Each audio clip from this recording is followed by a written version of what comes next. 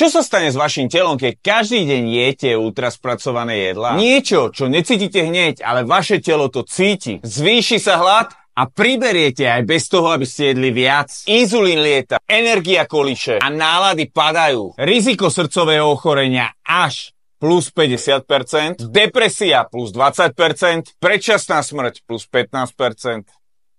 A čím viac ich jete, tým horšie to bude. Ale raz za čas, kľudne si dajte, pozrite sa na mňa. Táto fotka vznikla rovno po Survivori. 4 Big Macy a 4 kariomáčky. To si dávam tak raz za 2 mesiace. A chutí mi to. Ale viem, čo to robí s mojím telom, takže preto to nejem každý deň. Skúste aspoň 7 dní jesť čo najmenej spracované jedlo, mäso, vajce a zeleninu a určite uvidíte, ale aj ucítite ten rozdiel. A hoďte mi prosím do komentára, ako často za týždeň jete ultraspracované jedlo, napríklad také cereálie, fast foody, instantné polievky alebo nejaké bagety.